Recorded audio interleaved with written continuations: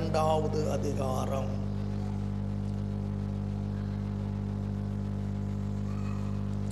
அதனுடைய 44, 45, 46 மீண்டும் வாசிப்போம். விசுவாசிகள் எல்லாரும் ஒருமித்திருந்து சகலத்தையும் பொதுவாய் வைத்து அனுபவித்தார்கள். காணியாட்சிகளையும் ஆஸ்திகளையும் விற்று ஒவ்வொருவனுக்கும் தேவையானதற்கு தக்கதாக அவைகளில் எல்லாருக்கும் பகிர்ந்து கொடுத்தார்கள்.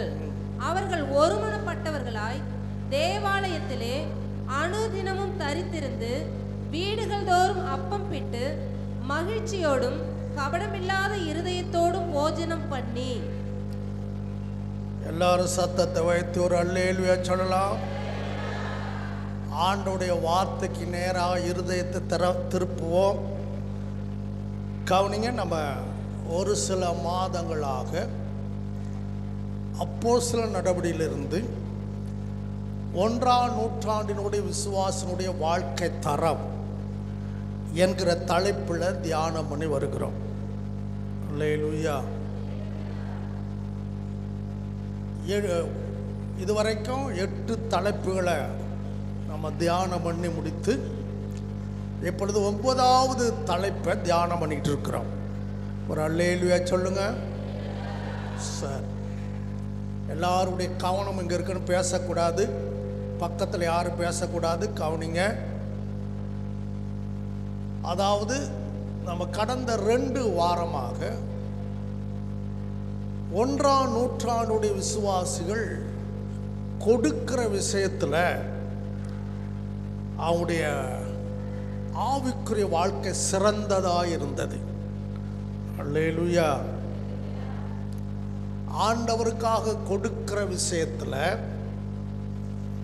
சில சபைகள், 1ஆம் நூற்றாண்டு சபைகள், அவங்க மற்றவர்களுக்கு முன் உதாரணமாக இருந்ததாக நம்ம தியானம் பண்ணி வருகிறோம். அப்போ முதலாவது கொடுப்பதை பற்றி நம்ம பேசும். அவர் கொடுத்தார்கள். கடந்த வாரத்தில் கொடுப்பதனால, கர்த்தருக்கு காணிக்கை கொடுப்பதனால, பொருளாதாரத்தினாலே உதவி செய்வதனால வருகிற ஆசீர்வாதங்கள் என்ன என்பதை நம்ம தியானம் பண்ணோம். அல்லேலூயா. இன்றைக்கு அடுத்த வாரத்திலிருந்து 2-3 வாரங்கள் வேறு பிரசங்கியாருடைய செய்தி என்ன செய்ய போகிறோம், கேட்க போகிறோம். உபவாச கூட்டத்தில் அந்த அப்போஸ்தலர் நடவடிக்கையில் முடிக்கணும்னா இந்த வருஷம் போதாது. அல்லேலூயா. அதனால் முடிந்த அளவு நம்ம தொடர்ந்து தியானிக்கலாம். இன்றைக்கு இந்த கொடுப்பதிலேயே 3வது தலைப்பு. ஒன்று கொடுத்தார்கள், 2வது கொடுப்பதனால வருகிற ஆசீர்வாதம். இப்போ இன்றைக்கு எல்லாரும் கவனிங்க, பின்னாடி உள்ளவங்க எல்லாரும் கவனிங்க, எல்லாரும் கவனிக்கணும். ஏன் கர்த்தருக்கு காணிக்க கொடுக்கணும்? எதற்காக கொடுக்கணும்? கொடுப்பதனால என்ன நடக்குது? காணிக்கையோ மற்ற விதத்தில் பொருளாதாரத்தில் உதவி செய்வதோ ஏன் நம்ம அதை செய்யணும்? அதை எதற்கு பயன்படுத்தணும்? இன்றைய சபை, அன்றைய சபை, இன்றைய விசுவாசிகள், அன்றைய விசுவாசிகள் அவங்க அறிந்து புரிந்து கொடுத்தார்கள். கொடுப்பதனால நம்ம ஏற்கனவே போன வாரம் பார்த்தோம் வருகிற ஆசீர்வாதம். இப்போ இந்த வாரம் என்ன செய்ய போகிறோம், அதோடு சேர்ந்து வர்றோம். அதே வேளையில் ஏன் நம்மளாம் கேள்வி கேட்குறோமா, இல்லை நமக்குள்ளே ஒரு கேள்வி வருதா, இவ்வளவு பணம் கொடுக்குறோமே, இவ்வளவு காணிக்கை கொடுக்குறோமே, இது என்ன இந்த காணிக்கை இந்த பாஸ்லாம் வாங்குறாரு, என்ன தான் செய்கிறாரு? சில சொல்கிறாங்க பார்த்தீங்களா, ஏன் கொடுக்கணும்? ஏன் நீ ஏன் இவ்வளோ கொடுக்குற? இங்கே நம்ம சபைக்குள்ள 2 கூட்டம் இருக்குது. ஒன்று கொடுக்க உற்சாகப்படுத்துகிற கூட்டம் ஒன்று இருக்குது. இன்னொரு கூட்டம் நீ ஏன் கொடுக்குற, நீ ஏன் கொடுக்குற, கொடுக்காத அப்படி சொல்கிற கூட்டமும் இருக்கு. அதையெல்லாம் மனசில் வச்சு இந்த கொடுப்பதனால தேவனுடைய ராஜ்யம் எப்படி வளருகிறது, மற்றவங்க இதனால் எப்படி ஆசீர்வாதம் பெற்றுக்கொள்கிறாங்க. நம்ம ஆசீர்வாதம் பெறத விட நம்ம கொடுப்பதனால நமக்கு என்ன வருது? ஆசீர்வாதம் வருது. நம்ம கொடுப்பதனால மற்றவர்கள் எப்படி ஆசீர்வதிக்கப்படுறாங்க, ஊழியம் எப்படி ஆசீர்வதிக்கப்படுது என்பதை தெரிந்தால் இன்னும் ஆண்டவருக்காய் கொடுப்பதில் நம்ம மனசு திறக்கும். யாருக்கு கொடுக்கணும், யாருக்கு கொடுக்கக்கூடாது, நம்ம கொடுக்கிற காணிக்கை தேவனுடைய ராஜ்யத்துக்கு செலவாகுதா, நம்ம கொடுக்கிற காணிக்கையினால தேவ ராஜ்யம் வளருதா, அப்படி வளர்கிறவருக்கு தான் காணிக்கை கொடுக்கணும் ஒழிய மற்றவர்களுக்கு என்ன செய்யக்கூடாது, கொடுக்கக்கூடாது.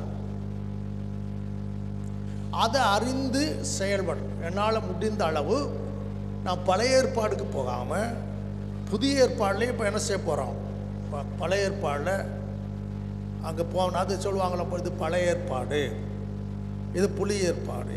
ஆண்டவர் பழைய ஏற்பாடு புதிய ஏற்பாடுடைய நிழலாக இருக்கு, சரியா? அதனால் நிறைய பேருக்கு இதை பகுத்து அதை நடுநிலையோடு பார்க்காதனால சிலர் புரிய மாட்டேங்குது. அதனால் என்னால் முடிந்த அளவு ஒரு சில வசனங்களை ஏன் கர்த்தருக்கு காணிக்க கொடுக்குறோம், ஏன் பொருளாதார உதவி செய்கிறோம் என்பதை நம்ம தியானிக்க போகிறோம், சரியா? அதை கவனமாக தியானிக்கணும். வாசிங்களேன். அப்போஸ்தலர் நடபடிகள் 2 மீண்டும் வாசிக்க போகிறோம். 44, 45 வாசிங்க. விசுவாசிகள் எல்லாரும் ஒருமித்திருந்து சகலத்தையும் பொதுவாய் வைத்து அனுபவித்தார்கள்.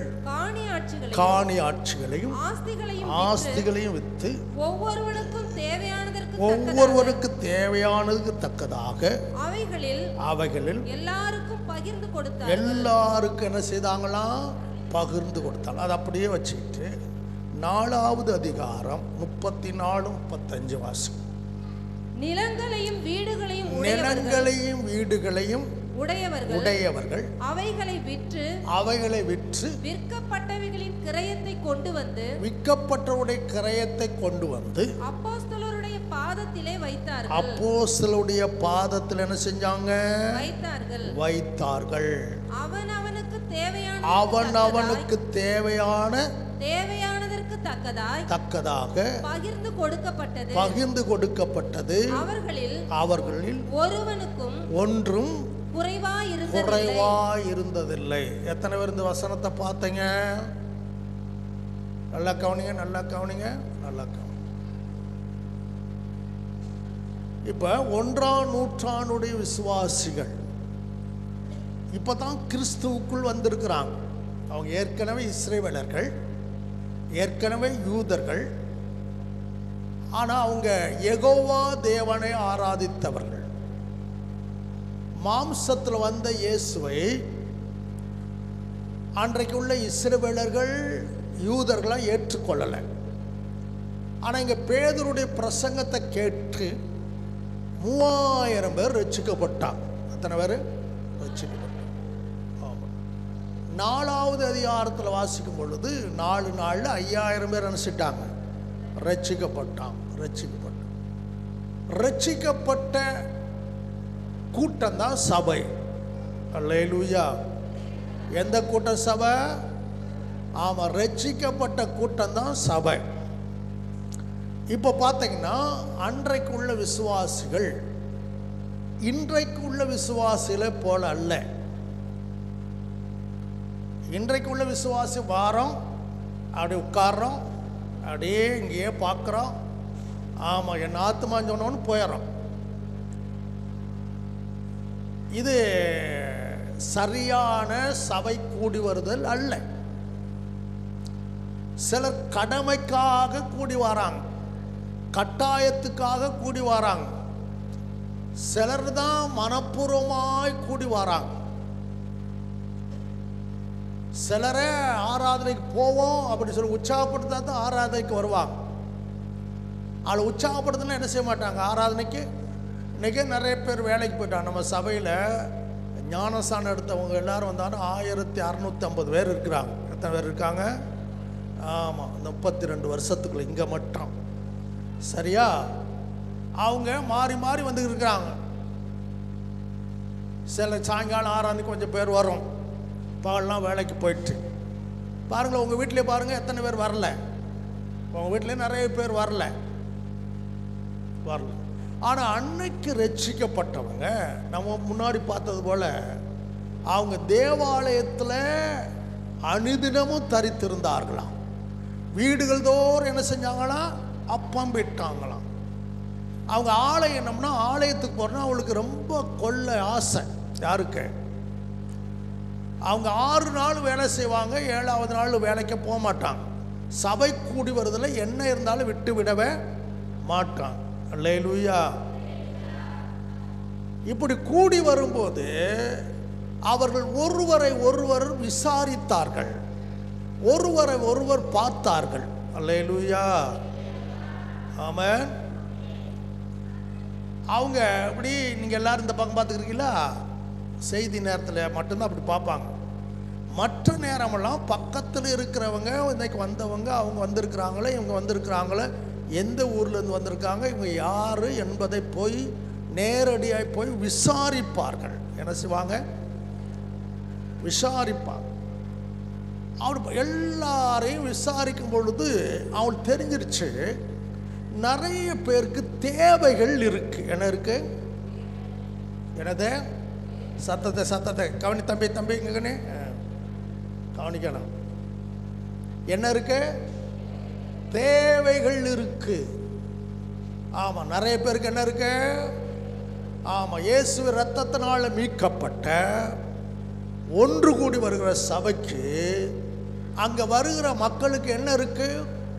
நிறைய தேவைகள் இருக்கு. இயேசு ஏற்றுக்கொண்டாங்க, ஞானஸ்நானம் பெற்றுட்டாங்க, அபிஷேகத்தை பெற்றுக்கொண்டாங்க, ஆலயத்துக்கு வராங்க, கூடி வராங்க. ஆனால் சிலருக்கு அவங்களுடைய தேவைகள் சந்திக்கப்படுகிற அளவில் அவன் வாழ்க்கையில் வருமானம் இல்லை, வறுமை கோட்டுக்கு கீழே செய்கிறாங்க, இருக்கிறாங்க. சிலருக்கு இருக்கு, சிலருக்கு என்ன இல்லை? இல்லை. அல்லேலூயா. அப்போ இப்போ என்ன செய்கிறாங்க கவனிங்களேன். இது அப்போஸ்தலர் ஏற்கனவே எல்லாத்தையும் விட்டுட்டு வந்தவங்க. யார்? 12 பேருமே எல்லாத்தையும் என்ன செஞ்சாங்க? விட்டுட்டு தான் வந்தாங்க. எல்லாத்தையும் விட்டுட்டு வந்துட்டாங்க. அவங்களுக்கு இப்பளுக்கு உதவி செய்ய பணம் இல்லை. யாருக்கு? அப்போஸ்தலருக்கு உதவி செய்யணும் இல்லை, பணம் இல்லை. அவங்க ஒன்று ஆண்டவரை நம்புகிறாங்க, 2வது சபையை நம்புகிறாங்க. அல்லேலூயா. யாரை நம்புகிறாங்க? ஆண்டவரை நம்புகிறாங்க. 2வது யாரை நம்புகிறாங்க? சபையை நம்புகிறாங்க.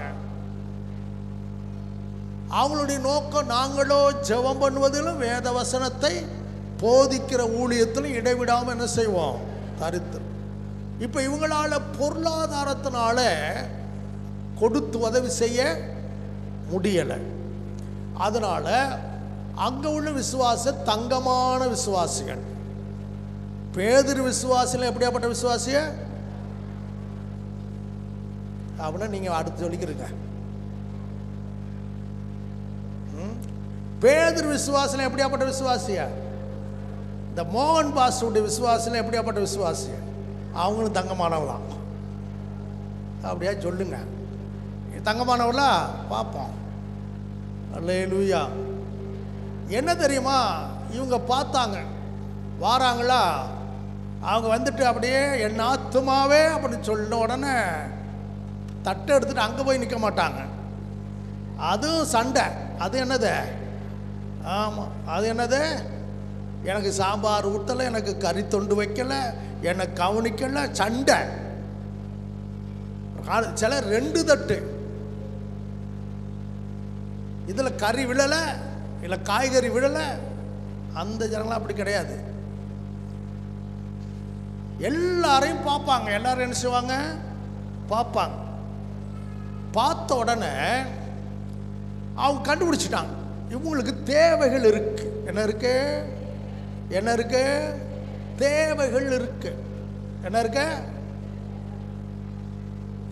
இங்க வந்திருக்கிற தேவ ஜனங்களுக்கு என்ன இருக்கு? தேவைகள் இருக்கு. அவங்க பார்த்தாங்க, இவங்க கஷ்டப்படக்கூடாது. என்ன பண்ணக்கூடாது? தேவ ஜனங்க சாப்பாட்டுக்கோ வஸ்திரத்துக்கோ அவங்க தங்குற வீட்டுக்கோ என்ன வரக்கூடாது? கஷ்டப்படக்கூடாது. அப்படி சொல்லிட்டு வசதியான விசுவாசிகள், ஒன்றுக்கு மேற்பட்ட வீடு உடையவர்கள், நிறைய நிலம் வச்சிருக்காங்க பார்த்தீங்களா, அந்த நிலத்தை உடையவர்கள் பார்த்தாங்க. நம்மளும் நிலத்தோடு நிலம் எவ்வளோ சேர்க்கணுமோ, 1 பவுனை 10 பவுனை எப்படி மாற்றணுமோ அப்படி தான் நினைப்போம். ஆனால் அவங்க என்ன செய்வாங்க தெரியுமா? நம்மை விட வறுமை கோட்டுக்கு கீழே இருக்கிறவங்களுக்கு உதவி செய்யணும். சொல்லுங்க பக்கத்து பாய்ச்சலுக்கு, வறுமை கோட்டு கீழே இருக்கிறவங்க என்ன செய்யணும்? நமக்கு நமக்கு 20 வஸ்திரம் இருக்கு, ஆனால் சிலருக்கு மாத்து வஸ்திரம் இல்லை. அப்போ 20 வஸ்திரம் உள்ளவங்க என்ன செய்யணும்? மாத்து வஸ்திரமே இல்லாதவங்க என்ன செய்யணும்? உதவி செய்யணும். அப்போ அவங்களுக்கு அந்த எண்ணம் இருந்துச்சு. யாருக்கு? அப்போ இந்த 21ஆம் நூற்றாண்டோட விசுவாசிகளுக்கெல்லாம் இருந்தாலும் இன்னும் சேர்க்கணும். 20 புடவை காணாது, இன்னும் 21 எடுக்கணும். ஆமாம், சிலர்லாம் பார்த்தா 50க்கு மேலே இருக்க பீரோவில். அல்லேலூயா. ஆமாம், உள்ளே வைக்க முடியாமல் வெளியும் அலமாரிலையும் வச்சுருக்காங்க மடித்து மடித்து. அவங்களுக்கு இன்னும் என்ன ஆசை? இதை காலி ஆக்கணும் ஆசை இல்லை. அல்லேலூயா. அதை இன்னும் என்ன செய்யணும்? 50 60 ஆக்கணும். நல்லா சிரிக்கிறிய. இந்த கொடுக்கிற எண்ணம் தேவை உள்ளவர்களுடைய தேவைகள் சந்திக்கப்படுவது, தேவை இருக்கிறவர்களுக்கு தேவைகளை சந்திக்கக்கூடிய அந்த விதத்தில் நான் உதவியாக இருக்கணும் என்கிற எண்ணம் நம்மள பலருக்கு வரமாட்டேங்குது. அல்லேலூயா. சத்தத்தை வைத்து ஒரு அல்லேலூயா சொல்லுங்க. ஆனால் சில விசுவாசி போனாங்க, முதல்ல பார்த்தாங்க, பின்னாடி போனாங்க. என்ன செஞ்சாங்க? நான் சொல்லிட்டேன், போன பிரசங்கத்தில் சொல்லிட்டேன், நீங்கள் வாங்குகிற இடத்துல இருக்கக்கூடாது. இப்போ நிறைய பேர் இப்போ சொன்னோன்னே எனக்கு தான் பிரசங்கம் பண்ணுறார், எனக்கு நிறைய கிடைக்கும் அப்படின்னு நினைக்கிறேன். அந்த இடத்துல இருக்கக்கூடாது. நான் சொல்கிற புரியுதா? எந்த இடத்துல இருக்கே? நீங்கள் வாங்குகிற இடத்துல இருக்க, கொடுக்குற இடத்துல இருக்கிறியா? எத்தனை பேர் கொடுக்குற இடத்துல இருக்கியா? அப்படித்தான் இருக்காங்க. நீங்களாம் நான் இருக்கிற இடம் கொடுக்குற இடத்துல இருக்காங்க. நான் எனக்கு நண்பர்களெல்லாம் 1ஆம் நூற்றாண்டு விசுவாசி தான். உங்களுக்கு நண்பர் யாரு? உன் நண்பனை சொல்லு, உன்னை சொல்கிறேன்னு சொல்கிறேன். உன் நண்பனை சொல்ல. உன் நண்பன் பிசினித்தனம் பண்ணான்னா நீ எப்படித்தான் இருப்ப? பிசினித்தனம் தான் பண்ணுவ. உன் நண்பன் கொடுக்கிறவனா இருந்தால் நீ என்ன செய்வ? கவனிங்க. அப்போ நம்ம எல்லாரும் எங்கே இருக்கணும்? எந்த இடத்துல இருக்கணும்?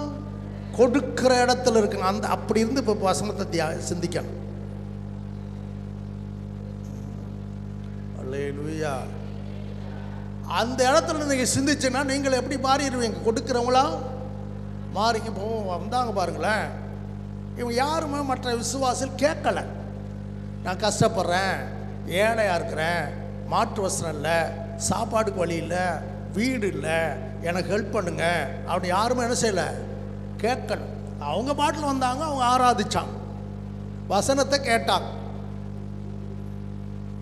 அதுதான் அவங்களுக்குள்ள இருந்துச்சு. ஆனால் வந்த விசுவாசிகள் வசதியானவங்க, 1 வீடு தவிர 2 வீடு 3 வீடு, நிலங்கள் அதிகமாக இருந்தவங்க, அதே வேளை சில தியாகமாக இருந்தவங்க, அவங்களாம் போனாங்க, தங்கள் வீடுகளை விற்றாங்க. என்னத்தை செஞ்சாங்க? தங்களுடைய நிலங்களை என்ன செய்தாங்க? விற்றாங்க. அல்லேலூயா. அதை பணமாய் கொண்டு வந்தாங்க.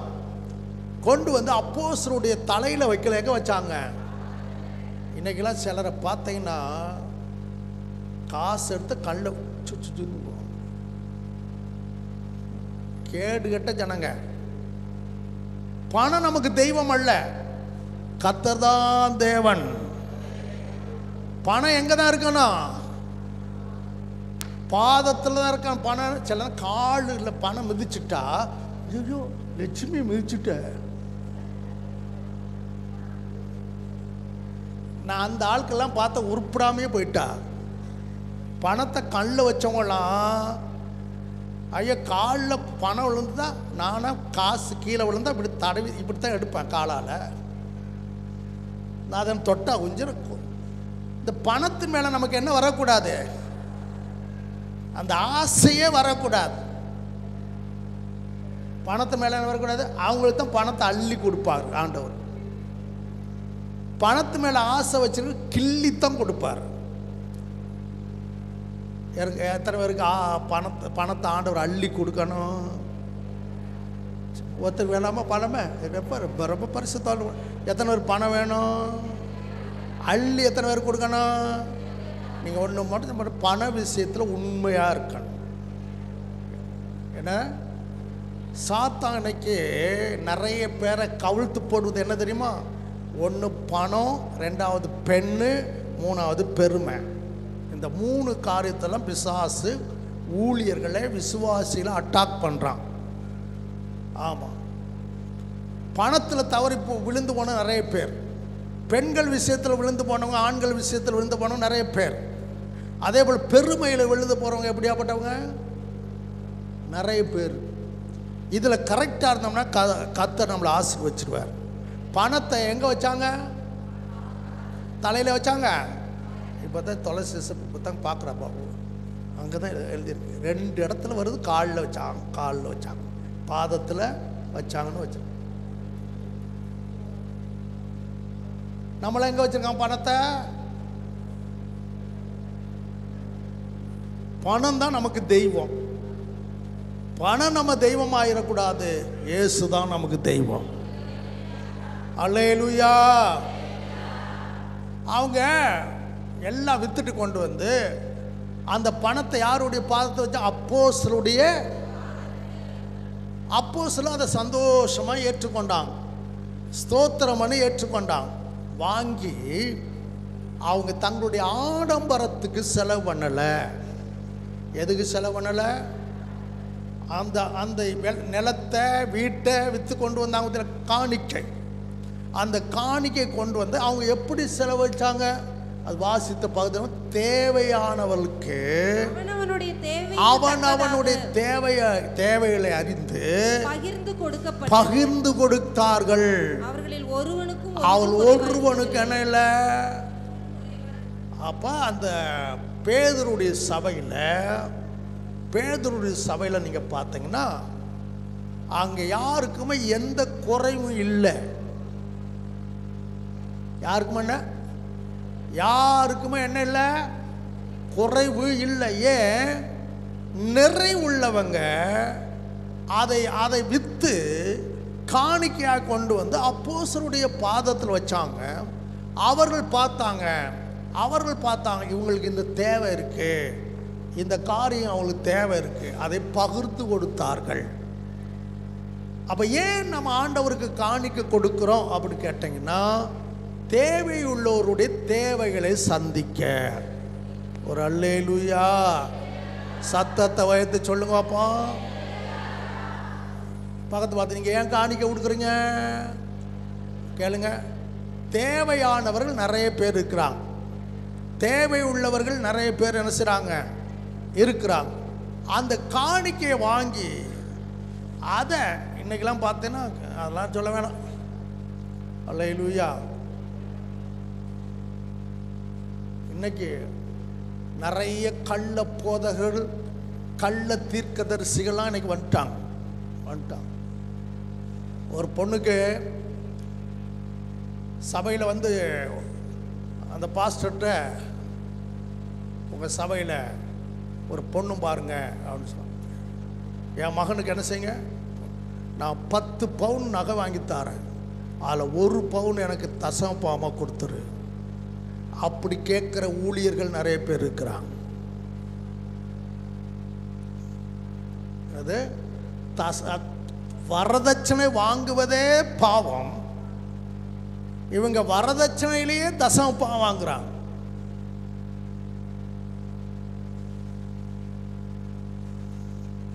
அந்த சபைக்கு தான் கூட்டங்கள் போகுது அறியாமல். ஏன்னா இதையெல்லாம் மறைச்சிடுவாங்க. அவங்களுக்கு தோதானத்தை என்ன செய்வாங்க, பவுல் சொன்னது போல நான் ஒன்றையும் மறைக்காமல் போதிக்கிறாள்.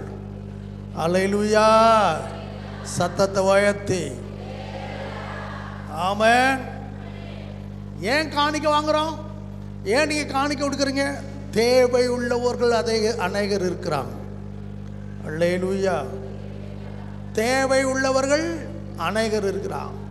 கொடுக்கிற காணிக்கை வாங்கி தேவை உள்ளவர்களுடைய தேவையை சந்திக்கணும். ஒரு அல்லேலூயா, புரிஞ்சவங்கள ஒரு அல்லே சொல்லுங்க. அப்போ உங்க காணிக்கை எங்க போகும் தெரியுமா? நீங்க கொடுக்கிற காணிக்கை, தியாகமாக கொடுக்கிற காணிக்கை எங்க போகுது தெரியுமா? நிறைய பேர் தேவை உள்ளவர்கள் இருக்கிறாங்க. அந்த தேவை உள்ளவர்களுக்கு தேவைகள் சந்திக்கப்படுது. அவங்க மட்டும் அந்த வீட்டை திறந்து கொடுக்கல.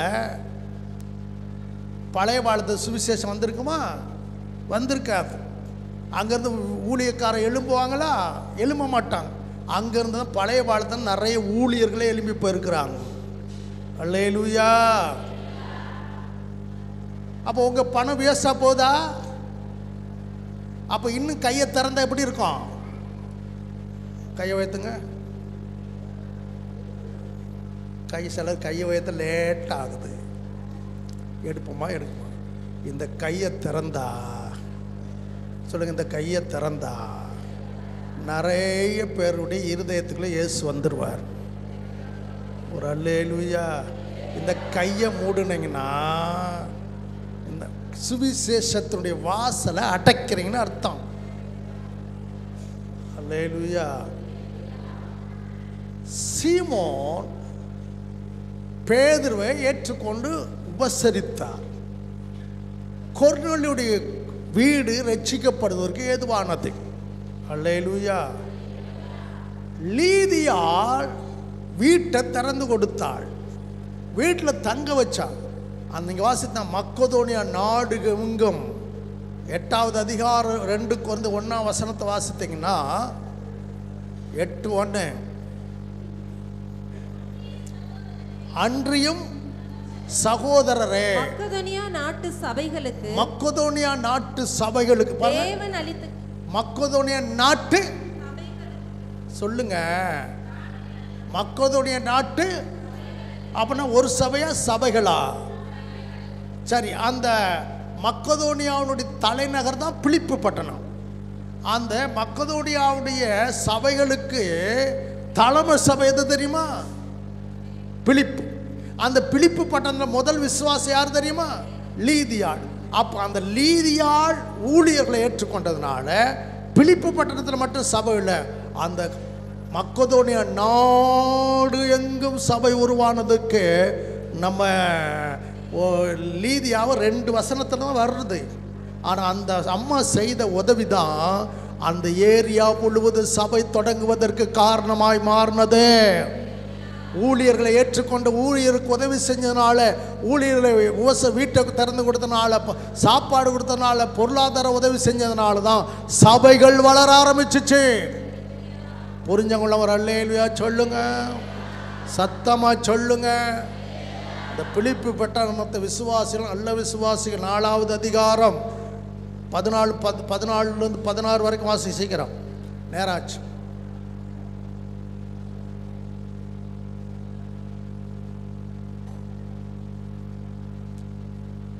பிலிப்பியர் 4:14.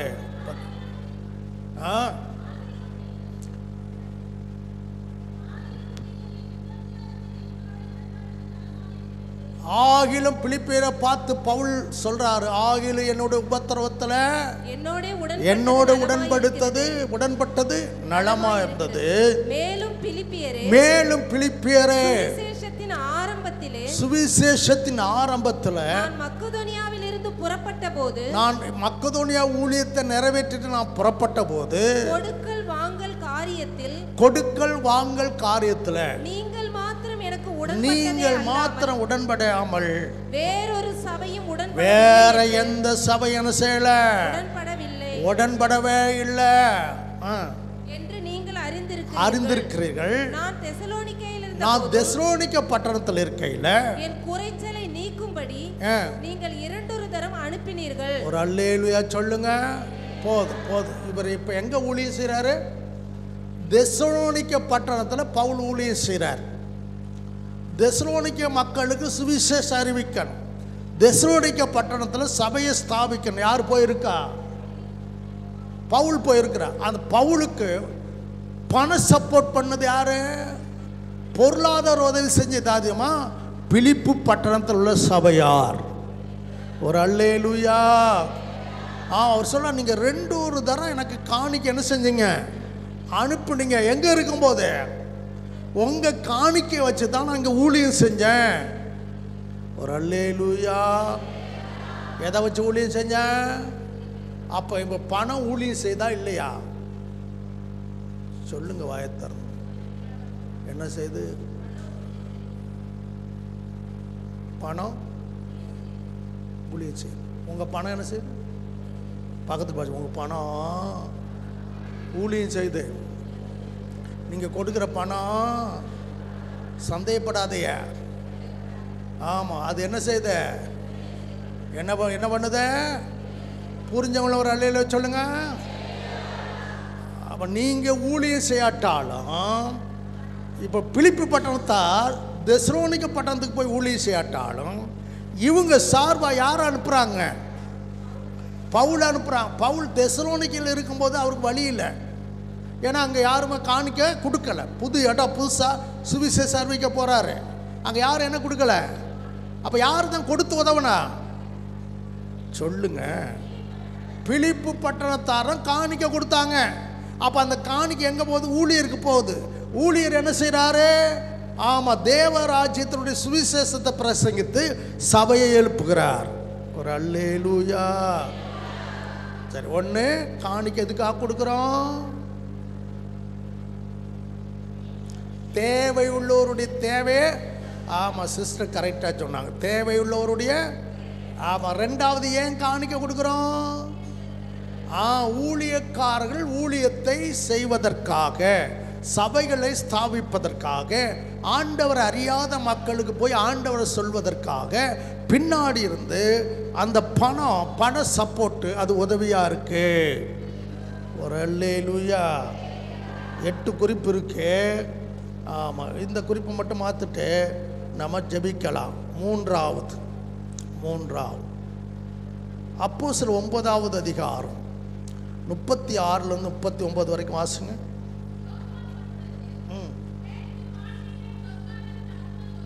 தபீத்தாள் என்னும் பேருடைய ஒரு சீஷி இருந்தாள். அவள் நற்கிரியைகளையும் தர்மங்களையும் மிகுதியாய் செய்து கொண்டு வந்தாள். அந்நாட்களில் அவள் வியாதிப்பட்டு மரணமடைந்தாள். அவளை குளிப்பாட்டி மேல் வீட்டிலே கிடைத்து வைத்தார்கள். யோப்பா பட்டணம் லித்தா ஊருக்கு சமீபமானபடியினாலே பேதுரு அவ்விடத்தில் இருக்கிறார் என்று சீஷர்கள் கேள்விப்பட்டு தாமதமில்லாமல் தங்களிடத்தில் வர வேண்டும் என்று சொல்லும்படி 2 மனுஷரை அவனிடத்திற்கு அனுப்பினார்கள். பேதுரு எழுந்து அவர்களுடனே கூட போனான். அவன் போய் சேர்ந்த பொழுது அவர்கள் அவனை மேல் வீட்டுக்கு அழைத்து கொண்டு போனார்கள். அப்பொழுது விதவைகள் எல்லாரும் அழுது தொற்கால் தங்களுடனே கூட இருக்கையில் செய்திருந்த அங்கிகளையும் வஸ்திரங்களையும் காண்பித்து அவனை சூழ்ந்து நின்றார்கள். போதும். ஒரு அல்லேலூயா சொல்லுங்க. 6வது அதிகாரம் அப்போஸ்தலர் 1வது வசனத்தை வாசிங்க. அந்நாட்களில் சீஷர்கள் பெருகின போது கிரேக்கரானவர்கள் தங்கள் விதவைகள் அன்றாட விசாரணையில் திட்டமாய் விசாரிக்கப்படவில்லை என்று எபிரேயருக்கு விரோதமாய் முறுமுறுத்தார்கள். கவனிங்க. ஒரு அல்லேலூயா சொல்லுங்க. எத்தனைக்கு புரியுது? ஏசப்பா இது புரியணும். என்ன பண்ணா பக்கத்து பார்த்து இது உங்களுக்கு புரியணும். சரி, இதெல்லாம் நான் வாசித்து பாடலாம் முறை வாசித்துருக்கேன். கவனிங்களேன், தொற்கால் தபித்தாள் என்னும் மறுபேர் கொண்ட தொற்கால்னு ஒரு விதவை இருந்தாங்க. என்னது? சத்தமாக சொல்லுங்க. விதவையா சிசியா? சிசி இருந்தாங்க. யார் இருந்தாங்க? சிசி இருந்தாங்க. இந்த அம்மா நற்கிரியைகளையும் தர்மங்களையும் மிகுதியாய் செய்து கொண்டு வந்தார். எங்க பாருங்க, அவங்க பேசி பேசி கேட்டு கேட்டு தாக்கம் எடுத்துட்டாங்க. கவனி, போயிட்டு வாங்க, வீட்டுக்கு போங்க. ஒரு அல்லேலூயா. நான் முடிக்க போகிறேன். கவனிங்களேன், தர்மங்களையும் நற்களையும் மிகுதியாய் செய்து வந்தாள் ஒரு அம்மா. நம்ம சபையில் அப்படியாப்பட்ட அம்மாக்கள் எழுப்புனா நல்லா இருக்கும். நற்கிரியைகளையும் தர்மங்களையும் மிகுதியாய் செய்து வந்தாள். அந்த அம்மா என்ன செஞ்சான்னா, நிறைய கணவனை இழந்த விதவைகளை கூப்பிட்டு, ரொம்ப கஷ்டப்படுகிற அந்த விதவைகளை கூப்பிட்டு அவங்க எல்லாருக்குமே இந்த அம்மா ட்ரெஸ் எடுத்து கொடுத்துருக்குறாங்க. அல்லேலூயா சொல்லுங்க. ஹலோ, இருக்கைகளா? இந்த அம்மாவுடைய ஊழியமே என்ன? நற்கிரிகளை செய்வதும் தர்மம் பண்ணுவதுதான். யாருக்கு? அதில் விசேஷமாக அந்த அம்மா யாரை கவனிச்சாங்கன்னா, கணவனை இழந்தவர்களை அந்த அம்மா கவனிச்சிருக்கு. கணவன் இல்லாதவர்களை அந்த அம்மா கவனிச்சிருக்கு. அவங்களாம் பார்த்து என்ன செஞ்சாங்கன்னா, விதவைகளை நல்ல விதத்தில் கொண்டு போகணும், விதவைகளுக்கு அவங்களுக்கு ட்ரெஸ் எடுத்து கொடுக்க வீட்டுக்காரர் இல்லை, இவங்களுக்கு நம்ம என்ன செய்யணும்? உதவி செய்யணும் என்கிற மனசு, நல்ல மனசு அந்த தொற்கால் என்கிற தபித்தாளுக்குள்ள இருந்திருக்கு. உங்களுக்கு என்ன மனசு இருக்குது? நல்ல மனசு உள்ள ஒரு அல்லேலூயா சொல்லுங்க. அப்போ பரவாயில்ல, நிறைய பேர் இருக்கையில் நல்ல மனசு உள்ளவங்களாம். நல்ல மனசு இருக்கா? யாருக்கு என்ன செஞ்சீங்க? யாருக்காவது ஏதாவது உதவி செய்கிறீங்களா? யாருக்காவது ஏதாவது செய்கிறீங்களா? ஆனால் 1ஆம் நூற்றாண்டுடைய சபையை பார்த்துக்கிட்டா, 1ஆம் நூற்றாண்டு சபை நம்ம 6:1 வாசித்த பார்த்தீங்களா, அங்கே கிரேக்கரானவர்களும் எபிரேயர் அங்கே ரட்சிக்கப்பட்ட விதவைகளை சபையில் கூட்டி சேர்த்து அவங்கள உபசரிக்கிற அந்த ஊழியத்தையும் சபை செய்திருக்கு. ஒரு அல்லேலூயா சத்தமா சொல்லுங்க. கஷ்டம், இங்கே உள்ள ஜனங்களை வச்சுக்கிட்டே ரொம்ப கஷ்டம்தான். யாரு? நம்ம சபையில் தங்கி இருக்குது ஜனங்களை வச்சுட்டு கஷ்டம். ஆனால் சிலர் வேணா இவங்களாம் விரட்டி விடு அப்படி தான் சொல்கிறாங்க. எனக்கு மட்டும் அந்த மனசு வரமாட்டேங்குது. இது செய்கிற அசிங்கத்தை பார்த்தாவே என்ன செய்ய சொல்லுத?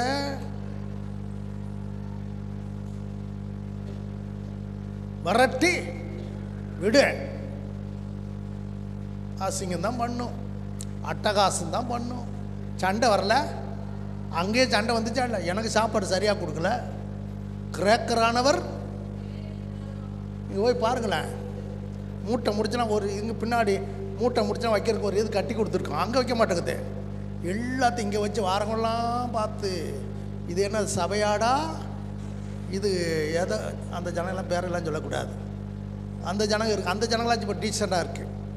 அதை விட மோசமான ஜனங்களாக இருக்குது.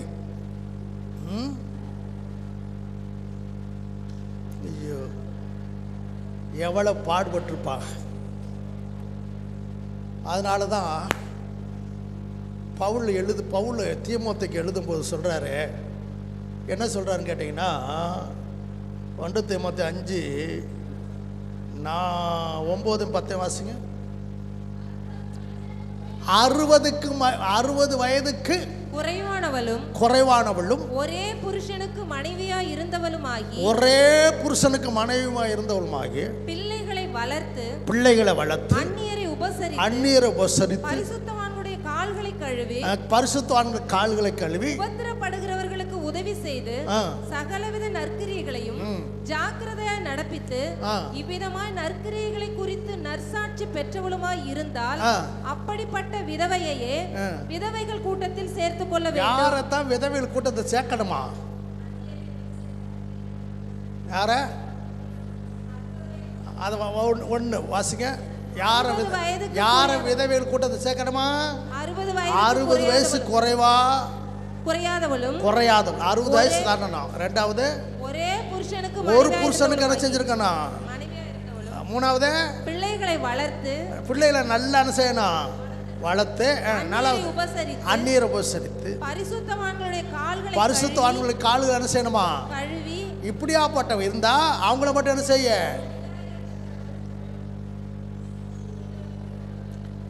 என்னது? உபத்திரப்படுவர்களுக்கு என்ன செய்யணுமா? சகலவித நற்கிரியைகளையும் ஜாக்கிரதையா செய்யறவங்க எங்க இருக்கனா? பரிசுத்தவான்களுடைய காலை என்ன செய்யணுமா? இந்த பரிசுத்தவான் போய் சண்டை போட்டுக்கிறான்னு சொன்னா நம்மகிட்ட சண்டைக்கு வருது. எனக்கு தான் வருவேன், என்னையே தான் சொல்லுவேன். இங்கே உள்ள 60 வயசுக்கு குறையாத விசுவாசிகள் விதவைகள் இப்போ இப்படி சட்டை ஓடுக்கிறாதுங்க, இப்படி ஒழுக்கா இருங்க, சுத்தமாக எனக்கிட்ட தான் சொல்லுவேன் சண்டை. அப்போ அங்கே எவ்வளோ சண்டை நடந்திருக்கான். அவங்க பரிசுத்தவான் காலை என்ன செய்யணுமா? அப்படியே பட்டதை எங்கே சேர்க்கணுமா?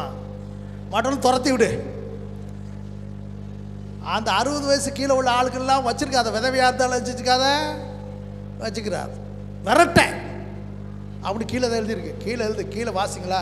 பைபிளை ஒழுங்கா படிக்க மாட்டேன் இல்லைங்களா? இளவயதுள்ள விதவைகளை அவங்களை என்ன செய்யாத? சேர்த்தே பிடிக்காத. ஞாயிற்றுக்கிழமை வருதா வீட்டுக்கு போயிரு, இங்கே உட்காராத. இங்கே சபையில் உனக்கு வேலையை 60 வயசுக்கு மேலே உள்ளவங்க தான் சபையில் நினச்ச விதவைகள் இருக்கணும். கீழே இருந்தால் இங்கே இருக்காத. ஏன்? இது ஊரா சுத்தமா என்னவா? அவங்க கிறிஸ்துவுக்கு விரோதமாக காம விகாரம் கொண்டு அவங்க கல்யாணம் முடிக்கலாம்னு நினைப்பாங்களாம். முதலில் கொண்டிருந்த ஆரம்பத்தில் கொண்ட விசுவாசத்தை விட்டுருவாங்களாம். ஆக்கினைக்கு உட்படுவார்கள். அதுவும் அல்லாமல் அவர்கள் சோம்பல் உள்ளவர்கள், வேலையே செய்ய மாட்டாங்க, சோம்பலா இருப்பாங்க. சோறு கொடுத்தா போதும், ஒரு வேலை என்ன செய்ய மாட்டாங்க. வீடா என்ன செய்வாங்களாம்? சபையில் இருப்பாங்க, அடுத்து இன்னொரு வீட்டில் இருப்பாங்க, அந்த வீட்டில் இருக்க மாட்டாங்க, அடுத்த வீட்டுக்கு போவாங்க. இந்த ஆளை விரட்டுன்னு சொல்லுது. சோம்பல் உள்ளவர்களாய் மாத்திரமல்ல, சோம்பல் உள்ள அளப்புறான்னு இருப்பாங்களாம். அளப்புகிறவர்களாயும் வீண் அலுவற்காரிகளாயும் வீணா பேசுவாங்களாம். தகாத காரியங்களை பேசுகிறவர்கள், தகாத காரியத்தை பேசுவாங்களாம். ஆகையால் இளம் வயதுள்ள விதவைகளை விவாகம் பண்ணவும். நீ கல்யாணம் முடிக்க நினைச்சா மறுபடியும் கல்யாணம் முடிச்சிரு. சும்மா நானும் தியாகமாக இருக்கிறேன். நான் ஆரம்பத்தில் நிறைய பேர்கிட்ட சொல்லியிருக்கேன், புருஷன் செத்து போட்டார்ல, வேற ஒரு மாப்பிள்ளை பார்க்குறேன் அப்படி சொன்னதான். இது உன்னால் இருக்க முடியாது, உன்னால் நினச்ச முடியாது. நான் என் பிள்ளைக்காக வாழ்ந்துருவேன். என்னது? பின்னாடி பார்த்தா தான் தெரியும், பிள்ளைக்காக வாழ்ந்த இன்னொருத்தனுக்காக வாழ்ந்துருக்க. பவுல் அப்போயே எப்படி தெளிவாக எழுது. இந்த ஆட்கள்லாம் என்னது என்ன விவாகம் பண்ணவும், அதுவும் அங்கே பாருங்க, விவாகம் பண்ணவும் பிள்ளைகளை பெறவும் வீட்டை நடத்தவும் விரோதியானவன் நிந்திக்கிறதற்கு இடம் உண்டாகாமல் இருக்கவும் வேண்டும் என்று இருக்கிறேன். ஒரு அல்லேலூயா சொல்லுங்க. ஏன்னா நான் பிரசவம் நான் அதை ஒரு வேலியில் அடைச்சி வச்சுக்கிறோமா இல்லையா? ஏன் தெரியுமா? விதவைகள் கூட்டத்தை விதவைகளை அந்த அம்மா உபசரிச்சிருக்கு, ட்ரெஸ்லாம் எடுத்து கொடுத்துருக்கு, கவனிச்சிருக்கு, சபையில் சேர்த்து பிடிச்சிருக்கு அப்படின்னு சொல்லிட்டு எல்லாம் வந்து சேர்ந்துட்டா என்ன ஆகுறது? விதவைகளை ஆதரிக்கணும், விதவைகளை கணம் பண்ணணும். என்ன பண்ணணும்? கணம் பண்ணணும். ஆனால் அவங்க இந்த குணாதிசயம்லாம் என்ன செய்யணும்? இருக்கணும். இருக்கணும். வேற என்ன இருந்தால் அவங்க போய் அழகாக சொல்லி ஒரு நல்ல மாப்பிள்ளையை பார்த்து ஏற்ற துணையை பார்த்து கல்யாணம் முடிச்சிடணும். கல்யாணம் முடிக்காம கண்டவங்களையும் பார்க்கக்கூடாது. அல்லேலூயா. விதவைகளுக்கு மட்டும் இல்லை, எல்லாருக்கும் தான். அல்லேலூயா, அல்லேலூயா. இருக்கிறவங்க அல்லேலூயா சொல்லுங்க. சரி, இது போச்சு, இதோட நிற்கட்டும். தபிதாளுக்கு வரும். அந்த அம்மா நல்ல அம்மா. அந்த அம்மா பார்த்துச்சு நிறைய விதவைகள், உண்மையான இந்த பவுல் சொல்கிற மாதிரி உள்ள 60 வயசுக்கு மேற்பட்ட விதவைகள் இருக்காங்க. அவங்களுக்கு யாருமே இல்லை. உபசரிக்க யாரும் இல்லை, அவளுக்கு உதவ யாரும் இல்லை. அதனால என்கிட்ட பணம் இருக்குது. என்ன இருக்குது? இந்த அம்மாட்டம் என்ன இருக்குது? பணம் இருக்குது. அதனால நான் நற்கிரியில் செய்கிறேன். அதே போல் இப்படியாப்பட்ட விதவைகளுக்கு நான் உதவி செய்யன்னு சொல்லி அந்த விதவைகளுக்கு அந்த அம்மா உதவி செஞ்சுருக்கிறான். நான் இப்படி சொல்வதனால இப்படியாப்பட்டவள அற்பமாக எண்ணலை, கனமாக என்றேன். ஒரு வீட்டுக்கு போயிருந்தோம் போன வாரம்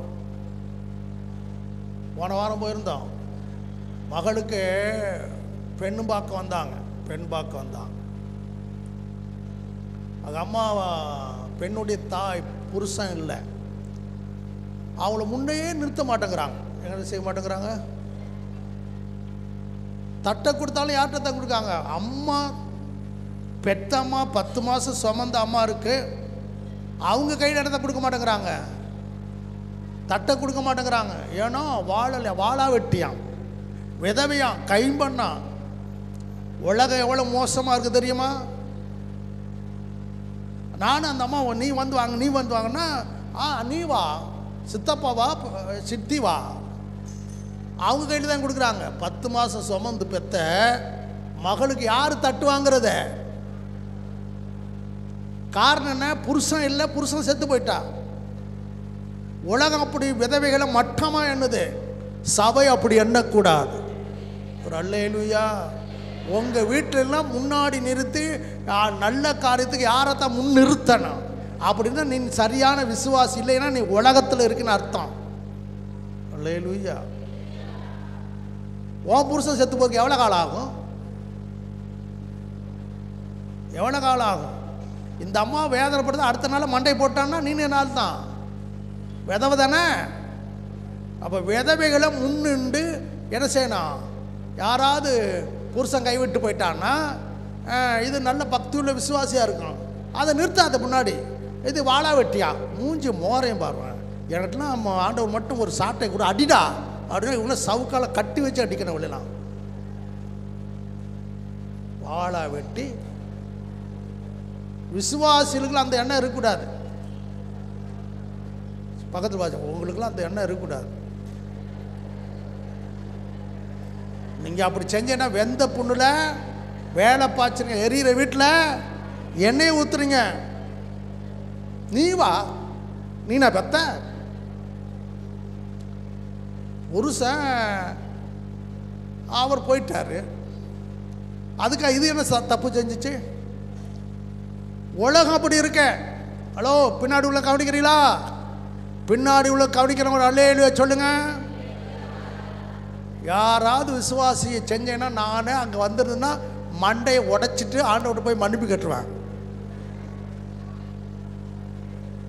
அவ்வளோ ஆத்திரம் வருது எனக்கு இந்த உலகத்தை பார்த்தா. உலகம் எங்கே இருக்கு? இப்போ சபைக்குள்ளே இருக்க. உலகம் எங்கே இருக்கு? சண்டை வந்தது துரத்தி விடலை. யாரு? பேதுரு. என்ன ஒரு மாதிரியாக பார்க்குறியா? பைபிள்னு சொல்கிறான். 6:1 சண்டை வந்துச்சா இல்லையா? கிரேக்கரானவளுக்கும் எவரையருக்கு என்ன வந்துச்சு? சாப்பாடு சரியாக வரலன்னு சண்டை வந்துச்சா இல்லையா? துரத்தைய விட்டாங்க. அந்த சண்டையை சரியாக்குறதுக்கு 7 பேரை தெரிஞ்செடுத்தாங்க. சண்டையை சரியாக்குறதுக்கு என்ன செஞ்சாங்க? 7 பேரை தெரிஞ்செடுத்து சண்டை சரியாச்சு. என்ன சொல்கிறேன் தெரியுமா? நம்ம எல்லோரும் வேதாமத்துக்கு திரும்பணும். எங்கே திரும்பணும்? சத்தமாக எல்லாரும் எங்கே திரும்பணும்? இன்னும் நம்ம ரட்சிக்கப்பட்ட இடத்துலயே இருக்கிறோம், அதில் அது உலகத்திலே இருக்கிறோம். இன்னும் வேதாகமத்துக்கு என்ன செய்யலை, வரல. அப்போ இந்த ஜனங்களுக்கெல்லாம் சாப்பாடு கொடுக்கணுமா இல்லையா? யாருக்கு? 6:1 இருந்தாங்களா கிரேக்கரானவர்கள், எவரையான இருந்த விதவை இருந்தாங்களா இல்லையா? விதவைகள் கூட்டமாக இருந்துச்சு சபை. அந்த கூட்டத்துக்கெல்லாம் சாப்பாடு கொடுக்கணுமா? பேதருக்கு காசு வேணுமா இல்லையா? அவர் உழைக்கவா போறாரு? அவர் சொல்றார், நாங்களோ ஜெபம் பண்ணுவதிலும் வேத வசனத்தை போதிக்கிற ஊழியத்திலும் இடைவிடாமல்.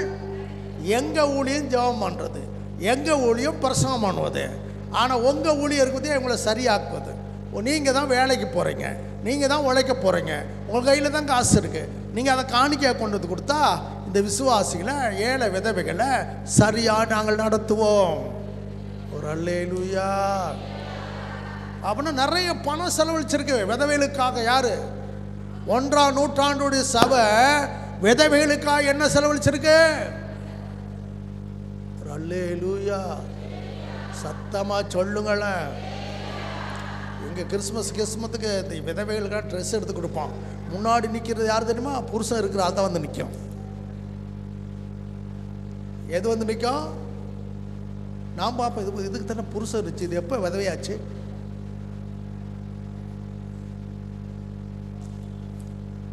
நம்ம விதவைகள் இல்லையா அவர் கொடுத்தா எது தான் முன்னாடி வந்து எனக்கு தரல? புருஷன் உருளைக்கிழங்கு மாதிரி இருக்கான். ஒரு 200 ரூபா 100 ரூபா சேலைக்காக புருஷனே இல்லாத மாதிரி வந்து நானும் விதவை தான். இதையெல்லாம் எங்கே கொண்டு போய் வைக்கணுமோ தெரியாது. அப்படி வாங்கி புருஷனை கொண்டுருச்சு. இப்போ விதவையாயிருச்சு. ஒழுங்காக இருந்தால் அந்த ஆள் இன்னும் கொஞ்சம் காலம் இருந்திருப்பார். உண்மையாக இருந்தால் அவர் இன்னும் கொஞ்சம் காலம், நீ விதவைன்னு போய் நிற்கிறியா, நான் செத்துறேன், நீ உண்மையாக விதவையாரு. உண்மையை தான் சொல்கிறேன். நிறைய பேர் இப்போ அன்னைக்கு புருஷனை வச்சுக்கிட்டு விதவையாக இருந்தவங்க, புருஷன் இருந்துமே நான் விதவின்னு சொல்லி வந்தவங்க இப்போ இந்த கிறிஸ்மஸுக்கு விதவியாக வந்துட்டாங்க. என்ன செய்கிறது? ஒழுங்காக இருந்திருந்தால் இன்னும் கொஞ்சம் காலம் இருந்திருப்பாரா இல்லையா? ஒரு மாதிரி என்ன நம்ம சத்தியத்தை சொன்னால் ஒரு மாதிரி எத்தான் முழிப்பைய, என்னை பார்த்து சிரிக்கத்தான் செய்வீங்க. சிரிங்க. விஜய் தான் நல்ல ஆமைன்னு சொல்கிறான். நான் சொல்கிறேன் கரெக்ட் தானே? கரெக்ட் இல்லாத மாதிரி அவங்க திரும்பிட்டான். ஹலோ, என்ன சொல்கிறீங்க? விதவைகளை கணம் பண்ணணும். விதவைகள் என்ன செய்யணும்? அவங்களுக்கு உதவி செய்யணும். 1ஆம் நூற்றாண்டு சபை என்ன செஞ்சு? விதவைகளை 60 வயசுக்கு மேற்பட்ட விதவைகளை சபையில் வச்சு அவங்கள உபசரிச்சிச்சு, அவங்களுக்கு ஊழியம் கொடுத்துச்சு, பிள்ளைகளை வளர்க்க வச்சு, பரிசுத்தவான்களுடைய பாதத்தை கழுவ வச்சாங்க, நற்கிரியை செய்ய வச்சாங்க. நான் உங்களுக்கு அதை செஞ்சேன் இதை செஞ்சேன்னா சபையில் விளம்பரப்படுத்த முடியாது. ஆண்டவர் சொல்லியிருக்க, வலது கை செய்கிறது இடது கைக்கு என்ன செய்யக்கூடாது, தெரியக்கூடாதுன்னு சொல்லியிருக்கிறார். ஆகவே நீங்கள் உங்களுக்கு தெரியாது இந்த பணம்லாம் எங்கே போகுது, நம்ம கொடுக்குற தசம் பாவம் காணிக்கைகள் பொருத்தனைகள் இதெல்லாம் எங்கே போகுதுன்னு கேட்டிங்கன்னா, இப்படியாப்பட்ட ஏழ்மையில் வறுமையில் தரித்திரத்தில் இருக்கிற விசுவாசிகளுக்கு போய் சேருது. ஒரு அல்லேலூயா. அதற்காகத்தான் நம்ம என்ன கொடுக்குறோம்? ஆமாம், நீங்கள் பார்க்கணும். நீங்கள் வந்தவுடனே எல்லாரையும் பார்க்கணும். மற்றவளை போய் 4 பேரை சந்திக்கணும். என்னையே பாருங்கன்னு சொல்லக்கூடாது. மற்றவளை பார்த்துட்டு அவங்களுக்கு ஏதாவது அவசியமான தேவை இருந்தா, அப்படி இவங்களுக்கு கட்டாயம் இந்த தேவைகள் சந்திக்கப்படணும். ஒன்று, நம்ம ஜெபம் பண்ணணும். 2வது, அந்த தேவைகளை சந்திப்பதற்கு என்னால் என்ன முடியும் என்பதை யோசித்து அவருடைய தேவைகளை சந்திப்பதற்கு நம்ம முன் வரணும். ஒரு அல்லேலூயா. சரி, 2வது ஏன் காணிக்கை கொடுக்கிறோம்? அல்லேலூயா. அதே அப்போஸ்தலர் 4வது அதிகாரம் 36-37 வாசிங்க. சீப்புரு தீவானும் லேவியனும் அப்போஸ்தலராலே ஆறுதலின் மகன் என்று அர்த்தம் கொள்ளும் பர்னபா என்னும் மறுபேர் பெற்றவனுமாகிய யோசே என்பவன் தனக்கு உண்டாயிருந்த நிலத்தை விற்று அதின் கிரயத்தை கொண்டு வந்து அப்போஸ்தலருடைய பாதத்திலே வைத்தான். மேலே நம்ம வாசித்தோம், ஒரு கூட்ட விசுவாசிகள் வீடுகளையும் நிலங்களையும் விற்று அப்போஸ்தலருடைய பாதத்தில் வச்சாங்க. அதை தேவை உள்ளவர்களுக்கு அவர்கள் என்ன செய்தாங்க? பகிர்ந்து கொடுத்தாங்க. இப்போ ஒரு மனுஷன் வாரான், அவன் பேர் என்ன? யோசே, பர்னபா. யோசே என்ன மறுபெயர் கொண்ட பர்னபா வாரான். அவன் அந்த 3000 பேர்லையோ அல்லது 5000 பேர்லையோ ரட்சிக்கப்பட்ட ஒரு மனுஷன் தான். யாரு? இந்த பர்னபா. பின்னாடி ஒரு பெரிய அப்போஸ்தலனா மாறிட்டார். கவனிக்கல, அவர் ஆரம்பத்தில் செய்த ஊழியம் தெரியுமா? கொடுக்கிற ஊழியம். என்ன ஊழியம்? சத்தமாக சொல்லுங்க. அவர் யாருக்கு போய் பிரசங்கம் பண்ணலை. என்ன பண்ணலை? பர்னபா போய் பிரசங்கம் பண்ணலை. அவர் போய் ஆராதனை நடத்தலை, வேற எதுவுமே நடத்தலை. அவர் உடனே சபைக்குள்ள இருந்து என்ன செஞ்சார் தெரியுமா? அந்த கொடுக்கிற ஊழியத்தை தான் செய்தார். என்னத்த ஊழியத்தை செய்தார். அதனால தான் அப்போஸ்தலர்களே அவருக்கு ஒரு பேர் வச்சாங்க, ஆறுதலின் மகன். அல்லேலூயா. யாரெல்லாம் ஆறுதலற்று இருக்கிறாங்களோ, யாருக்கெல்லாம் தேவை இருக்கோ அவங்களாம் போய் சந்தித்து ஒருவரை ஒருவர் ஒருவருக்கு ஒருவர் ஆறுதல் படுத்தின அந்த சுவாபம் தான் யாருக்குள்ள இருந்துச்சு? அல்லேலூயா. அப்போஸ்தலர்களையே ஆறுதல் படுத்தினவன் யார? அதனால தான் உனக்கு இந்த யோசே என்கிற பேரை விட பர்னபா என்கிற பேர் தான் சரியானது, பொருத்தமானது. ஏன்னா பர்னபா என்றால் என்ன? ஆறுதலின் மகன். இது யார் வச்சது? அங்கே அப்பா அம்மா வைக்கல. அப்பா அம்மா வச்சது என்னது? யோசே. அப்போஸ்தலர் வச்சது என்ன பேர்? கவனிங்க தம்பிங்க, கவனிங்க. நீ அதை நோன்ற, அது அங்கேருந்து இங்கே பார்க்குது, என் பாயிண்டே போச்சு. அல்லேலூயா. ஒரு வார்த்தை கூட கீழே விடக்கூடாது. எத்தனை பேர் கவனிக்கிறீங்க? சரி, எங்கே விட்டா? யார் வச்ச பேரு? ஆறுதலின் மகன் என்கிற அர்த்தம் உங்களுக்கு. பர்னபா. அப்பா அம்மா வச்ச பேர் என்ன? ஆமாம், யோசே. அப்போ இவங்க பார்க்குறாங்க, அப்போஸ்தலர்லாம் பார்க்குறாங்க. இவன் என்ன செய்றான்? யாரை பார்த்தா ஏதாவது உதவி என்ன செய்கிறானே, யாரை பார்த்தாலும் ஆறுதல் படுத்துகிறானே. ஹலோ, பர்னபா போல் நம்ம மாறினா நல்லா இருக்கும். யாரை மாறணும்? அப்படி மாறிட்டா யாருமே ஆறுதல் இல்லாதவங்க இருக்க மாட்டாங்க. யார் முகமும் சோகமாக இருக்காது, யார் முகமும் கவலையாக இருக்காது. ஒரு மனுஷன் அந்த சபையே சுற்றி வந்து எல்லாரையும் ஆறுதல் படுத்திட்டான். என்ன படுத்திட்டான்? அவங்க ஆறுதல் படுத்துறது மட்டும் இல்லை, அவங்க விசுவாசியில் ஆறுதல் படுத்துறது மட்டும் இல்லை, ஊழியக்காரனையே ஆறுதல் படுத்திட்டான். இவனுக்கு தெரியும், பேதுருவை குறித்து நல்லா தெரியும், அந்திரியாவை குறித்து நல்லா தெரியும், யோவானை குறித்து, யாக்கோப்பை குறித்து நல்லா தெரியும். மத்தேயு உள்ள அரசாங்க வேலையில் இருந்தான், அந்த வேலையெல்லாம் விட்டுட்டு வந்தவன். இவங்களுக்கெல்லாம் குடும்பம் இருக்குது. இவங்களுக்கெல்லாம் என்ன இருக்குது? அப்போஸ்தலருக்கு என்ன இருக்கு? பவுல் சொல்கிறார், பர்னபாவுன்னு நான் மட்டும்தானா மனைவி ஆகிய ஒரு சகோதரியை கூட்டிகிட்டு தெரிய அதிகாரம் இல்லை. பேதுருவை சொல்கிறாரு, மற்றவெல்லாம் சொல்கிறார், அவங்களாம் சகோதரி கூட்டிகிட்டு போனாங்களாம். அப்போ அவங்களுக்குலாம் என்ன இருந்திருக்கு? மனைவி பைபிளில் அது விளக்கமாக எழுதலை, குடும்பம் இருந்திருக்கு. குடும்பம் போஷிக்கப்படணுமா இல்லையா? சொல்லுங்க. 12 பேர் தங்கியிருக்காங்க, 12 பேர் குடும்பம் இருக்கு, 12 பேர் சாப்பிடணுமா இல்லையா? இவங்க தான் வேலைக்கு போகலையே, முழு நேர ஊழியராச்சே, எல்லாத்தையும் விட்டுட்டு வந்துட்டாங்களே. இவங்க ஊழியத்துக்கு போகிறதுக்கு, வேலைக்கு போக சமயம் இல்லையே. ஏன்னா 3000 பேர் 5000 பேர் இருக்கிறாங்க.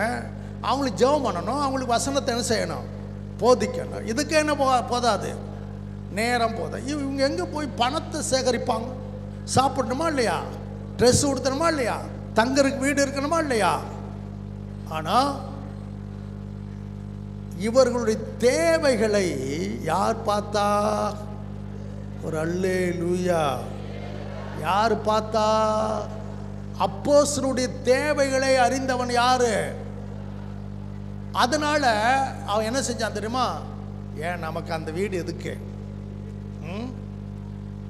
கவனிங்களேன், பர்ணமாவுடைய சகோதரி தான் மரியாள். யாரு? எந்த அந்த மார்க்கு அம்மா இருக்காங்கள்ல, அவங்க யாருடைய சகோதரி? அவங்க கொஞ்சம் வசதியான ஆட்கள் தான், மேல் வீடுலாம் இருந்துச்சு பத்திலா.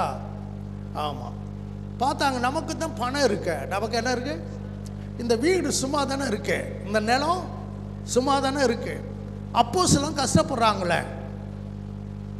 ஹலோ, கவனிக்கலாம், ஒரு அல்லேலூயா சொல்லுங்க. அப்போஸ்தலன் போய் என்ன செய்யணும், ஊழியம் செய்யணுமா இல்லையா? அவள் பணம் தேவை, போனால் அதை போய் எப்படி நிலத்தை,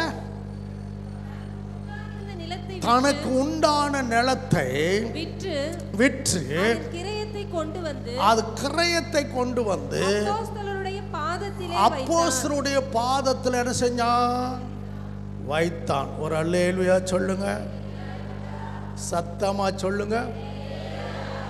இப்படிலாம் விசுவாசி இருந்தா ஊழியம் எங்கேயோ போயிடும். சொல்லுங்க, இப்பயும் சொல்லுங்க, நான் கொடுக்கிற இடத்துல நிற்கிறேன். எல்லாரும் சொல்லுங்க, நான் கொடுக்கிற இடத்துல நிற்கிறேன். ஹலோ, இங்கே கவனிங்க தம்பிமாரு, நீங்கள் எங்கே இருக்கீங்க? இப்போ நீங்கள் எங்கே இருக்கிறிய? நீங்களா எங்கே இருக்கிய? இந்த பிரசங்கத்தை கேட்க முடிய வரைக்கும் நீங்கள் எங்கே தான் இருக்கணும்? வாங்குகிற இடத்துல என்ன செய்யக்கூடாது, இருக்கக்கூடாது. ஆமாம், அதை வச்சுக்கிறேங்க. ஏன்னா நான் பிரசங்கம் பண்ணும்போது எனக்கு யாராவது விற்று கொண்டு வந்து கொடுக்க மாட்டாங்களா, அந்த எண்ணம் வந்துடும். நான் விற்று கொடுக்க மாட்டேனா, அந்த எண்ணம் வரும். அதுக்கு தான் பிரசங்கம். ஒரு அல்லேலூயா.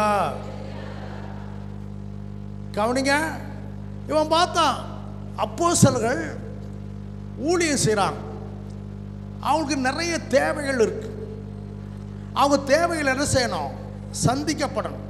ஆனால் அந்த இடம் சும்மா தானே கிடக்கு, சும்மா காடாக தானே கிடக்கு, அதனால் எந்த பிரயோஜனமே இல்லையே. நம்ம தான் சும்மா அழிஞ்சு போனாலும் பரவாயில்ல, கர்த்தருக்கு கொடுக்க மாட்டோம்.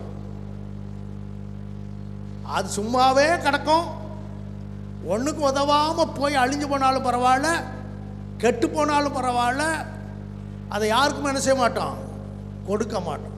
அவன் பார்த்தா இந்த இடம் சும்மா தானே இருக்குது, அதை விற்று கொண்டு வந்து யாருடைய பாதத்தில் வச்சான்? ஏன்? ஊழியர்களை தாங்கக்கூடிய அந்த எண்ணம் யாருக்குள்ள இருந்துச்சு? பர்னபாக்குன்னு ஒரு சில வசனங்களை வாசிங்களேன். அதெல்லாம் உங்களுக்கு நீங்கள் நம்மளாம் கட கட கட கடன்னு வாசித்து போகிறோம், அதெல்லாம் பொருட்படுத்துவதே கிடையாது. அப்போஸ்தலர் நடபடிகள் 10வது அதிகாரம் 5-10 வரைக்கும் வாசிங்க. இப்பொழுது நீ யோப்பா பட்டணத்துக்கு மனுஷரை அனுப்பி பேதுரு என்று மறுபேர் கொண்ட சீமோனை அழைப்பி, அவன் தோல் பதனிடுகிறவனாகிய சீமோன் என்னும் ஒருவனிடத்திலே தங்கி இருக்கிறான், அவனுடைய வீடு கடலோரத்தில் இருக்கிறது, நீ செய்ய வேண்டியதை அவன் உனக்கு சொல்லுவான் என்றான். கொர்நேலியு தன்னுடனே பேசின தேவதூதன் போன பின்பு தன் வீட்டு மனுஷரில் 2 பேரையும் தன்னிடத்தில் சேவிக்கிற போர் சேவகரில் தேவ பக்தியுள்ள ஒருவனையும் அழைத்து எல்லாவற்றையும் அவர்களுக்கு விவரித்து சொல்லி அவர்களை யோப்பா பட்டணத்துக்கு அனுப்பினான். மறுநாளிலே அவர்கள் பிரயாணப்பட்டு அந்த பட்டணத்துக்கு சமீபித்து வருகையில் பேதுரு 6ஆம் மணி நேரத்திலே ஜெபம் பண்ணும்படி மேல் வீட்டில் ஏறினான். அவன் மிகுந்த பசி அடைந்து சாப்பிட மனதாயிருந்தான். அதற்கு அவர்கள் ஆயத்தம் பண்ணுகையில் அவன் ஞான திருஷ்டி அடைந்து அதற்கு அவர்கள் ஆயத்தம் பண்ணுகையில் அவன் ஞான திருஷ்டி அடைந்தான். இருக்கிறவங்கள ஒரு அல்லேலூயா சொல்லுங்கப்பா, அல்லேலூயா. 20வது வசனம் 19, 20, 21 வாசிங்க. பேதுரு அதற்கு தரிசனத்தை குறித்து சிந்தனை பண்ணி கொண்டிருந்தான். அந்த தரிசனத்தை குறித்து சிந்தனை பண்ணி கொண்டிருக்கையில் ஆவியானவர், இதோ 3 மனுஷர் உன்னை தேடுகிறார்கள். நீ எழுந்து இறங்கி ஒன்றுக்கும் சந்தேகப்படாமல் அவர்களுடனே கூட போ, நானே அவர்களை அனுப்பினேன் என்று அவனுக்கு சொன்னார். சரி, அடுத்து. அப்பொழுது பேதுரு கொர்நேலியுவினால் தன்னிடத்தில் அனுப்பப்பட்ட மனுஷரிடத்திற்கு இறங்கி போய், இதோ நீங்கள் தேடுகிறவன் நான் தான், நீங்கள் வந்திருக்கிற காரியம் என்ன என்றான். அதற்கு அவர்கள், சரி அப்படி விட்டுட்டு 23 வாசி. அப்பொழுது பேதுரு அவர்களை உள்ளே அழைத்து அவர்களுக்கு உபசாரம் செய்து மறுநாளிலே அவர்களுடனே கூட புறப்பட்டார். யோப்பா பட்டணத்தாராகிய சகோதரரில் சிலரும் அவனுடனே கூட போனார்கள். சரி, ஏதாவது இதுல புரியுதா? என்ன புரியுது? கவனிங்களேன். யோப்பா பட்டணத்தில், எந்த பட்டணத்தில்? அங்கே ஒரு தொழிலாளி இருந்தார். அவர் பேர் என்ன? சீமோன். சொல்லுங்க. அவருடைய தொழில் என்ன? தோல் பதினிடுகிற தொழில். அல்லேலூயா. கவனிங்களேன். இந்த சீமோனை குறித்து நம்ம எல்லாம் மேலோட்டமாக தான் பார்த்துருப்போம். வேற சீமோனை குறித்து கொஞ்சம் ஆழமாக நீங்கள் பார்த்தீங்கன்னா, அவர் ஊழியக்காரர்களை உபசரிக்கிற ஒரு மனுஷன். யார? ஊழியக்காரர்களை உபசரிக்கிற மனுஷன் தான். யாரு? பாருங்க. இப்போ ஊழியத்து நிமித்தம் யோப்பா பட்டணத்துக்கு யார் போயிருக்கா? இப்போ அவன் யார் வீட்டில் இருக்கிறான்? மாமானா மச்சானா? சீமோன் வந்து பேதுருக்கு மாமானா மச்சானா? இல்லை, இல்லை. ஒரு தேவனை விசுவாசிக்கிற ஒரு விசுவாசி. அவருடைய வேலை என்ன? தோலை, ஆட்டுத்தோலை, மாட்டுத்தோலை அதை பண்படுத்துகிற ஆள். யாரு? நம்ம ஒரு சாதாரண வேலை தான், பெரிய தொழில் எதுப்பதெல்லாம் கிடையாது. தோலை பதினிடுகிறவர், பதப்படுத்துகிறவர். சரியா? அங்கே பல நாட்கள் அங்கே தங்கி இருக்கிறார். யாரு? பேதுரு. இப்போ பாருங்களேன், அவருக்கு பசி வந்துருச்சு. யாருக்கு? 10வது வசனத்தை என்ன வாசிக்கிறோம்? மிகுந்த பசியா? யாருக்கு? சாப்பிட என்ன இருந்தான்? சரி, அவர்கள் ஆயத்தம் பண்ணுகையில், யாரு? ஆமாம், மேலே போய் ஜெபம் பண்ணுறார். சாப்பாடு ரெடி ஆக வரைக்கும் என்ன செய்கிறாரு? ஜெபம் பண்ணுறார். அப்போ நான் என்ன இதில் பார்க்குறேன்னா, அவர்கள் அவனுக்கு ஆயத்தம் பண்ணுகையில், சாப்பாடு யாருக்கா ஆயத்தம் பண்ணுறாங்க? பேதுருக்கா. அப்போ பேதுருவை அவங்க உபசரித்தார்கள். அவனை தங்க வச்சு அவனுடைய தேவைகள்லாம் யார் சந்திச்சா? அப்போ நீங்கள் கொடுப்பதனால ஒரு ஊழியக்காரன் பலப்படுகிறான். அவன் பலப்பட்டதுனால ஊழியத்தை வல்லமையான செய்ய முடியுது. நல்லா கவனிங்க. இவங்க மட்டும் சாப்பாடு இல்லைன்னு சொன்னால் வேறு வீட்டுக்கு போயிருப்பார். யார்? ஏன்னா மிகுந்த பசியாக இருக்குன்னு சொன்னோடனே சாப்பாடு இல்லைன்னு சொல்லலை.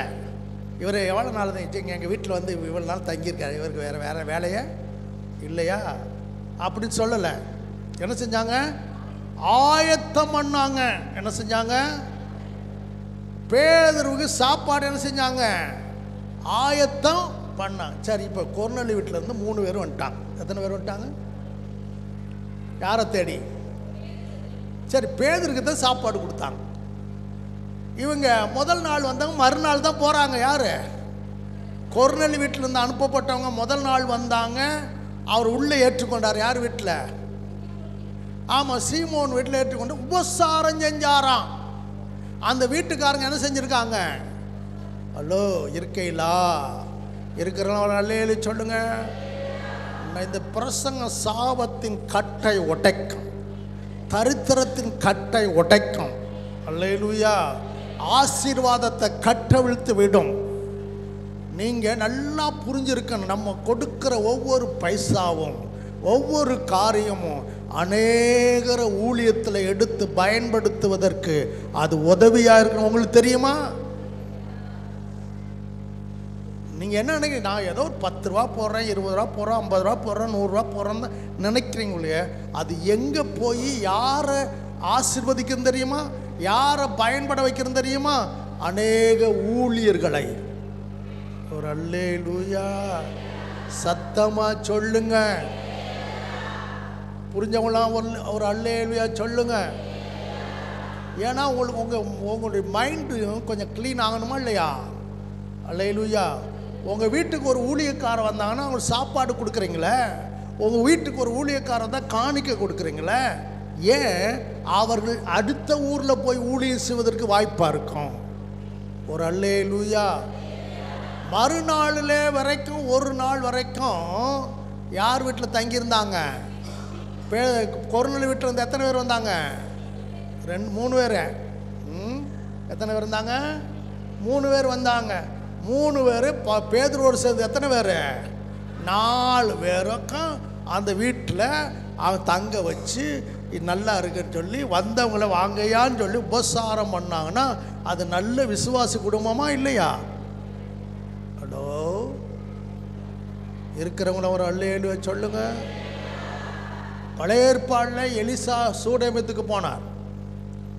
போகும்போதெல்லாம் ஒரு அம்மா வருந்தி கூப்பிட்டாங்க. அந்த வீட்டுக்கு போனால் ஒரு நாள் சாப்பாடு கொடுத்தார். அதுக்கு பின்னாடி பார்த்தீங்கன்னா புருஷன்ட்ட போய் சொல்கிறாரு, நம்ம வீட்டுக்கு அடிக்கடி வார இந்த மனுஷன் தேவனுடைய மனுஷன் பார்க்குறேன். ஆகவே ஐயா ஒரு மெத்தையில் ஒரு வீட்டை கட்டி ஒரு டேபிளை போட்டு ஒரு குத்து விளக்கு போட்டு ஒரு கட்டில் போட்டு வரலாம் அவர் என்ன செய்யட்டோம் தங்கட்டும் சொல்லி எலிசாவை ஏற்றுக்கொண்டதுனால அந்த அம்மாவுக்கு எவ்வளோ ஆசீர்வாதம் தெரியுமா? அல்லேலூயா. தேவனுடைய ஊழியத்துக்காக ஊழியக்காரங்களுக்காக செலவு பண்ணுவதில் நீங்கள் யோசித்தீங்க, ஆசீர்வாதம் இல்லை. உங்களுக்கு ஆசீர்வாதம் வருதோ இல்லையோ அது 2வது காரியம்.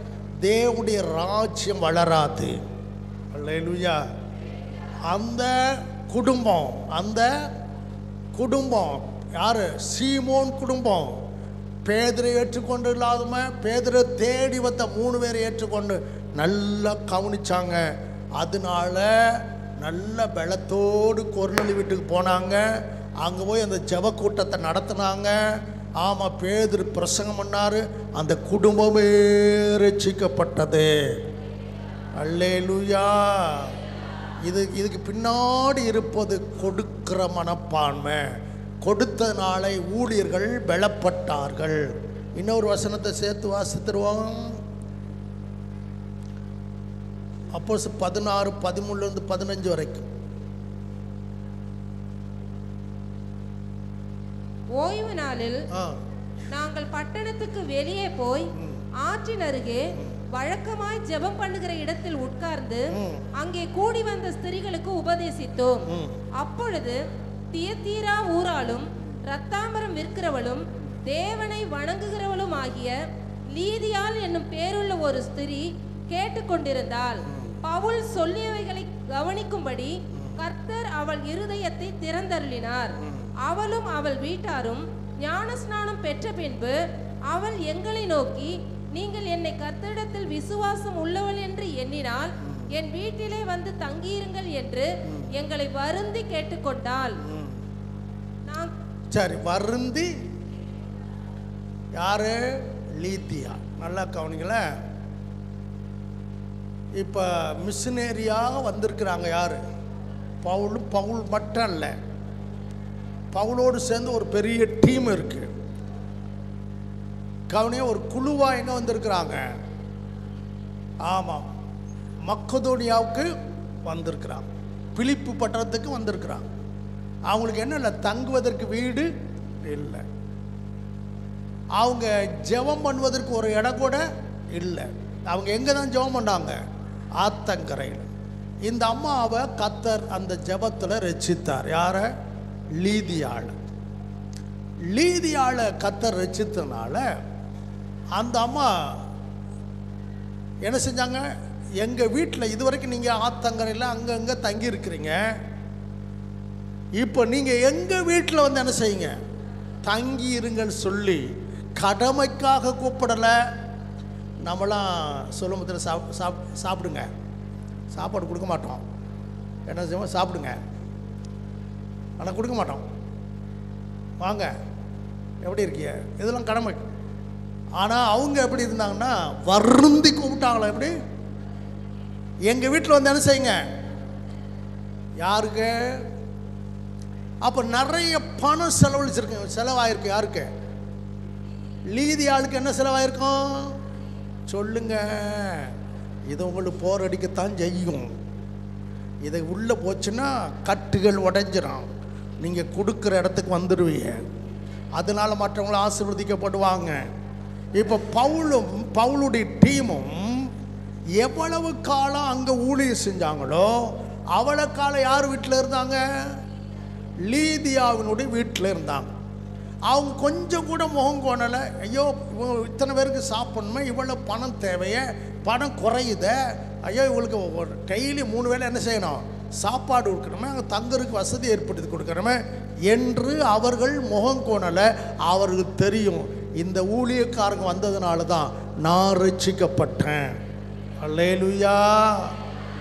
இந்த ஊழியக்காரர்கள் இன்னும் இங்கே தங்கி இருந்தா ஒரு சபையே இந்த ஊரில் உண்டாகும் என்று சொன்னதுனால தான், அவங்க தங்கியிருந்ததுனால தான், அவங்கள தங்கியிருந்தவங்கள தேவைகளை சந்தித்ததுனால தான், அவளை போஷித்ததுனால தான், வீட்டை திறந்து கொடுத்ததுனால தான் அந்த பிலிப்பு பட்டணத்தில் ஒரு பெரிய சபை வந்தது.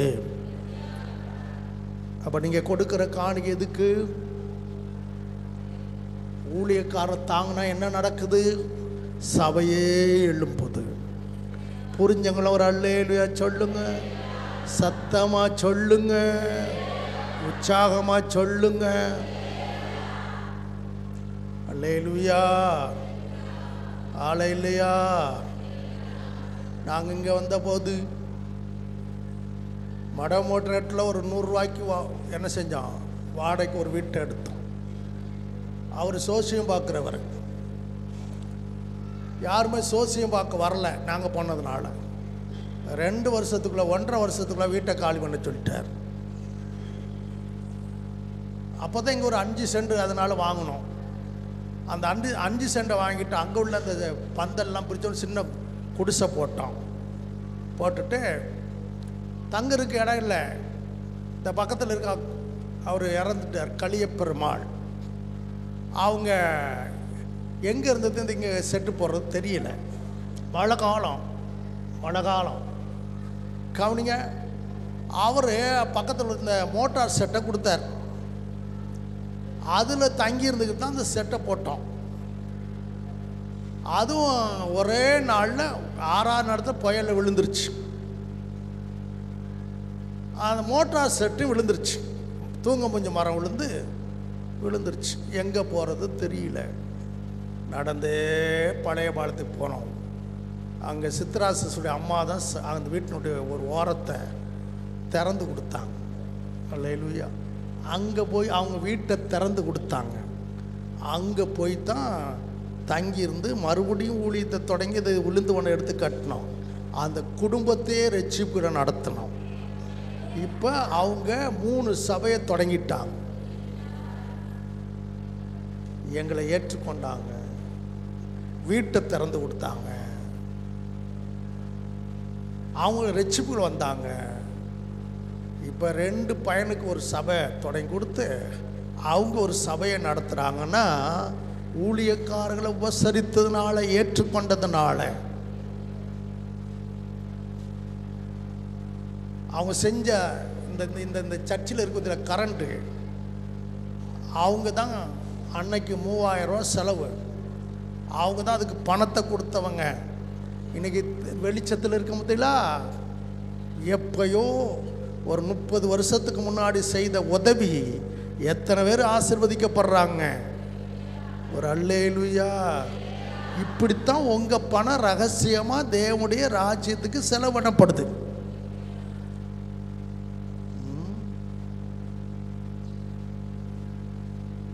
எப்படி செலவிடப்படுது? இப்படித்தான் தெரியாமல் சத்தம் போடாமல் உங்கள் பணம் ஊழியம் செய்து நிறைய சபைகளை தொடங்க வைக்குது, நிறைய பேரை ரட்சிப்பு நடத்துறது. அவங்க சும்மா சோம்பேறியா இருக்கல,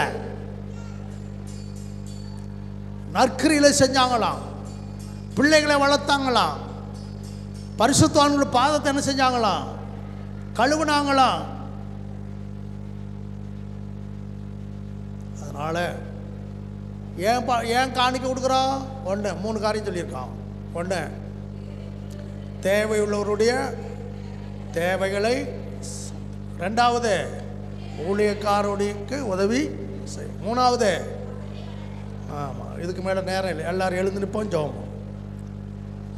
9 8 குறிப்புகளை பேசணும், எல்லாரும் எழுதணும்.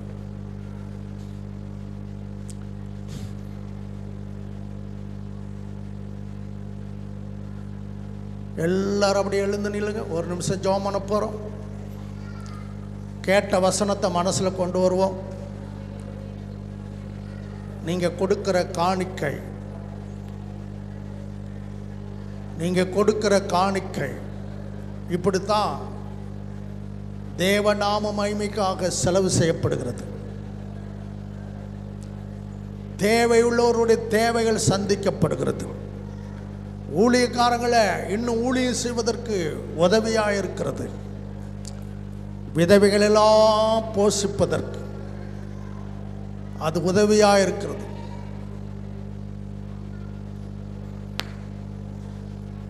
ஏழை எளிய மக்களுக்கு உதவி செய்வதற்கு உங்கள் காணிக்கை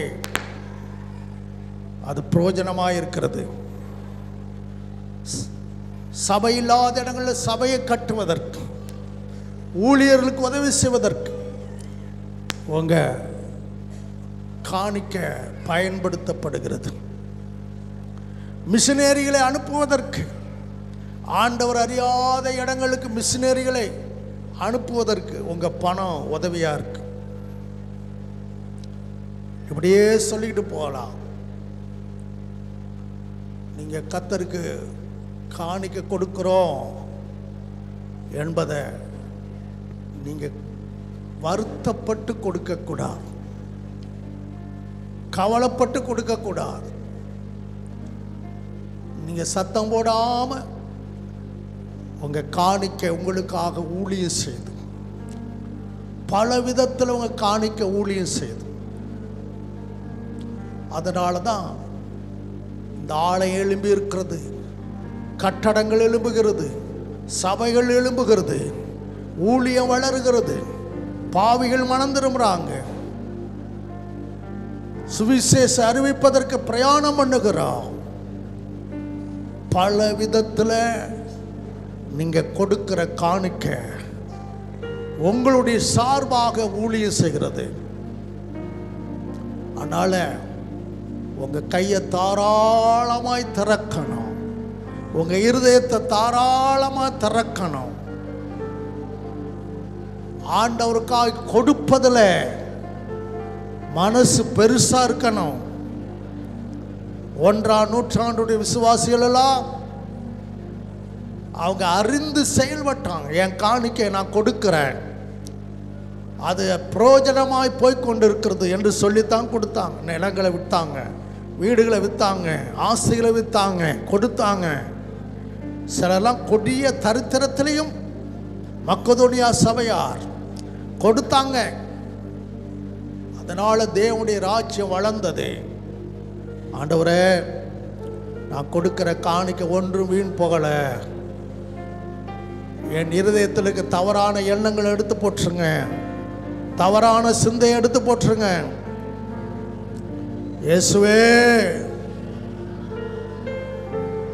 நான் இன்னும் உம்முடைய ஊழியத்துக்காய், ஏழை எளிய மக்களுக்காக, தரித்திரருக்காக, விதவைகளுக்காக கொடுக்க எனக்கு உதவி செய்யுங்கப்பா, கொடுக்க உதவி செய்யுங்க ஆண்டவரே.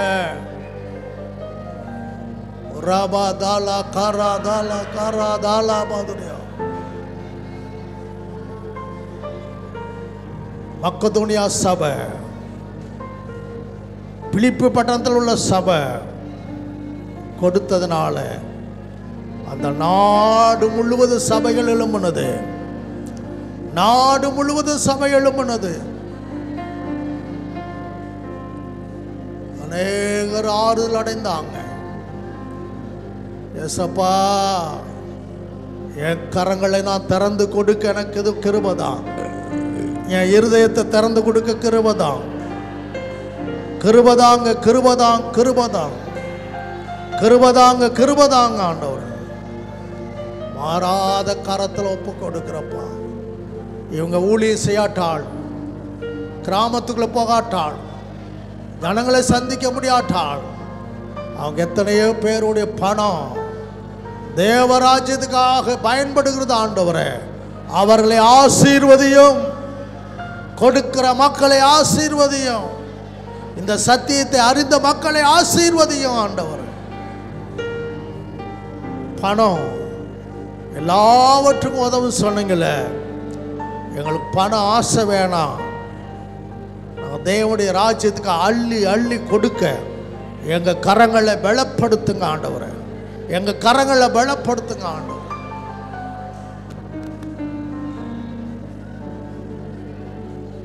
உண்மையா தேவனுடைய ராஜ்யத்துக்காக யாரெல்லாம் ஊழியம் செய்றாங்களோ அவங்களுக்கு கொடுக்க கர்த்தர் கிருபைதான், கிருபைதான். அப்படி செய்வதற்காக ஸ்தோத்திரம். இயேசுவின் நாமத்தில் பிதாவே, ஆமென். ஒரு பாடலை பாடும் பொழுது கர்த்தர் கண்டு காணிக்கை கொடுக்க போறோம். உற்சாகமாய் கொடுக்கிறவனிடத்துல கர்த்தர் பிரியமா இருக்கிறார். ஆகவே உற்சாகமாய் காணிக்கை செலுத்துவோம். ஆண்டவர் மகிமையான காரியத்தை செய்வார். ஒரு பாடலை பாடுங்க.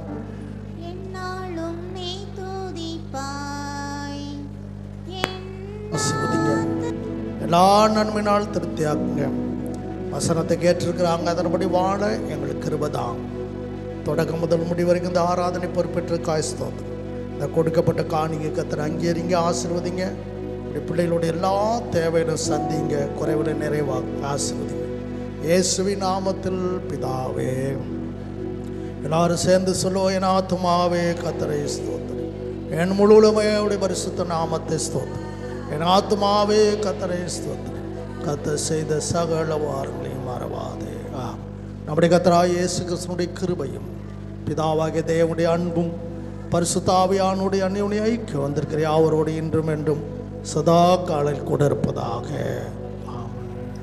துதி கனம் மகிமை எல்லாம் இயேசு ராஜாவுக்கு, துதி கனம் மகிமை எல்லாம் நம் இயேசு ராஜாவுக்கு.